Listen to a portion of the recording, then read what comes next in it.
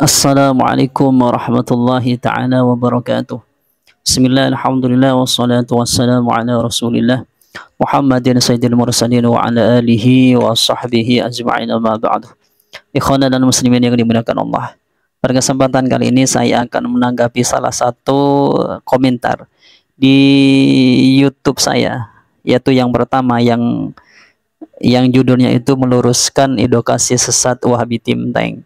Dan kalau kita lihat kan begini, di dalam video saya itu menjelaskan bahwasanya ketika ada edukasi salah satu Wahabi Tim Tank itu mengatakan begini, meletakkan tangan kiri di belakang punggung kemudian dibuat sendenan, itu kan hukumnya tidak boleh.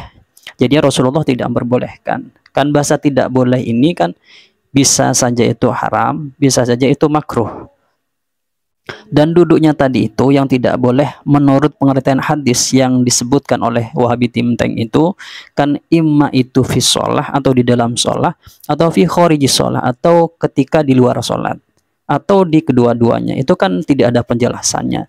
Maka untuk merujuk pada penjelasan hadis itu kita pertama harus merujuk kepada hadis yang lainnya. Ada ndak di hadis yang lainnya yang menjelaskan hal yang serupa? Kalau ada nanti hadis yang lain yang menjelaskan yang serupa, kalau nanti kasusnya di sana sama-sama mutlak, maka nanti bahasa larangan tadi itu nanti berlaku umum baik di fi sholah atau khorijah sholah.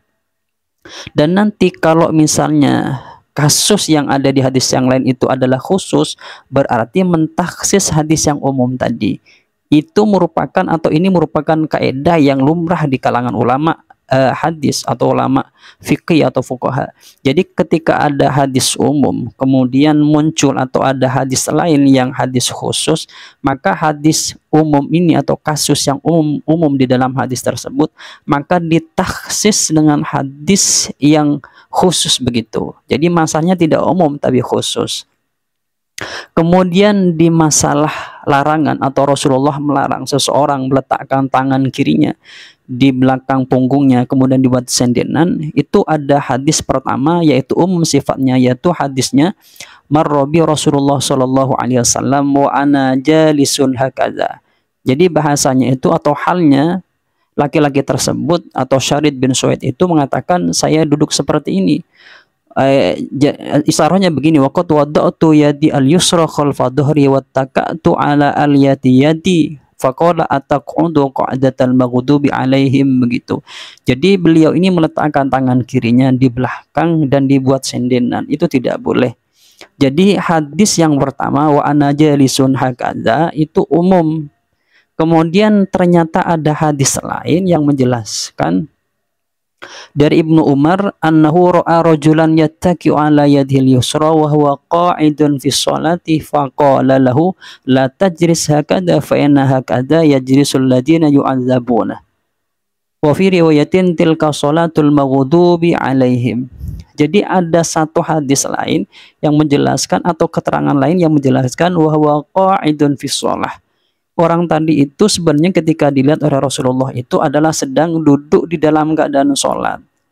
Jadi ketika sholat itu mungkin di istirahat duduk antara dua sujud itu dia meletakkan tangan kirinya di belakang punggungnya dibuat sendenan, sehingga ini kemudian muncul di riwayat lain yang menjelaskan tilka sholatul maghdubi alaihim, itu adalah sholat orang yang dilaknat oleh Allah Subhanahu wa taala atau yang dibenci oleh Allah Subhanahu wa taala. Sehingga kemudian oleh ulama diarahkan, oh ternyata kasus atau larangan Rasulullah terhadap orang-orang yang meletakkan tangannya di belakang punggungnya kemudian dibuat sendenan itu adalah kasusnya fi sholah, begitu. Ada yang mengarahkan begitu ulama karena memang ada hadis yang mentaksis atau riwayat yang mentaksis begitu.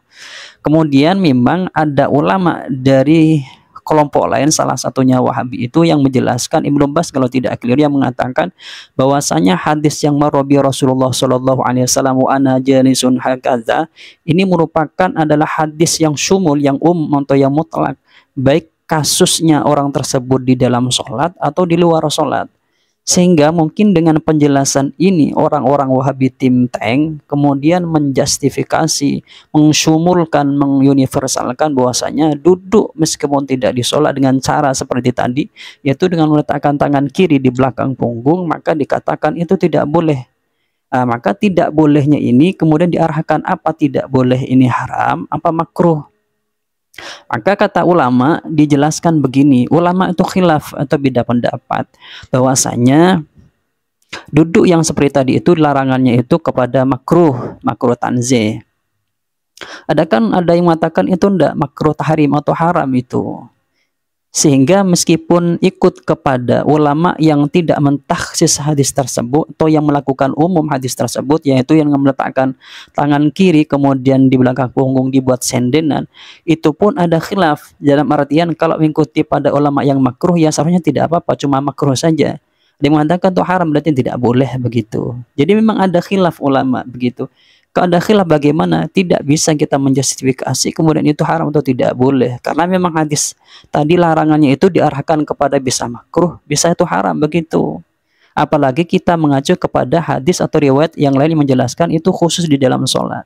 Maka kalau oleh teman-teman Wahabi, saya nyebutkan teman-teman Wahabi ya, yang mengatakan orang-orang yang menolak terhadap penjelasan tadi adalah orang-orang yang menolak hadis, saya kira itu keliru. Karena ada riwayat lain yang menjelaskan itu khusus di dalam sholat. Kalau misalnya ada satu hadis yang secara umum kemudian kita ambil hadis itu dengan tanpa melihat hadis yang lain, maka berarti kita itu tidak mengambil semua hadis yang ada. Jadi di bagian ini kita ikut Rasulullah, padahal Rasulullah mentaksis misalnya. Kita tidak ikut pentaksisnya Rasulullah, kita ikut dahulu yang ini, dahulu yang lainnya tidak diikuti. Maka kalau begitu kita itu adalah seseorang yang ikut seenak perutnya saja. Jadi kalau kita ingin memahami begini, kita ambil itu, meskipun Rasulullah mengatakan begini, itu tidak diambil begitu. Dan kita mengatakan, atau orang-orang Wahabi mengatakan, saya orang-orang yang paling sesuai dengan apa yang diajarkan oleh Rasulullah Muhammad SAW. Itu sangat keliru Muhammad seperti ini. Dan begini, teman-teman Wahabi ini atau pengikut atau jamaah Wahabi ini, ketika mendengar atau menyaksikan ustadz-ustadz mereka itu disanggah, mereka ini kebanyakan tidak menonton videonya secara full kemudian berkomentar begitu. Maka menurut saya yang bagus itu ketika kita ingin menyanggah pendapatnya seorang, maka ikuti videonya secara full, tonton secara full, kemudian nanti kita bisa memberikan kesimpulan. Dan kesimpulan yang kita berikan kalau sudah begitu prosesnya, maka kesimpulan yang kita berikan itu kebanyakan benarnya atau mesti itu benar nanti. Karena kita sudah menonton kesimpulannya itu atau penjelasan secara sempurna begitu. Jadi pemahaman yang kita asumsi dari atau konsumsi dari video tersebut atau penjelasan tersebut itu benar begitu. Itu menurut saya kekurangan dari teman-teman Wahabi. Ya intinya sekali lagi ketika kami dikatakan orang yang menolak terhadap hadis Nabi atau sunnah itu sangat keliru. Maka saya balik sebenarnya bukan kami yang tidak menerima hadis atau sunnah, tapi antum yang tidak mendengarkan utuh penjelasan kami, bahwasanya kami bertendensi menolak penjelasan dari Wahabi tim tank tadi atau edukasinya itu bukan menolak menurut pemikiran kami, tapi kami menolak dengan penjelasan riwayat yang lain, bahwasanya itu khusus di dalam sholat atau ulama khilaf begitu. Jadi kalau dikatakan justifikasi itu haram, maka kami tidak terima, sebab itu riwayat itu ada pengkhususan atau hukum larangannya itu ulama itu masih khilaf, imam makruh imam haram begitu. Ya semoga teman-teman Wahabi dapat menyaksikan video kami ini secara utuh, secara sempurna, sehingga tidak salah paham terhadap apa yang kami sampaikan. Dari kami kurang lebihnya, assalamualaikum warahmatullahi taala wabarakatuh.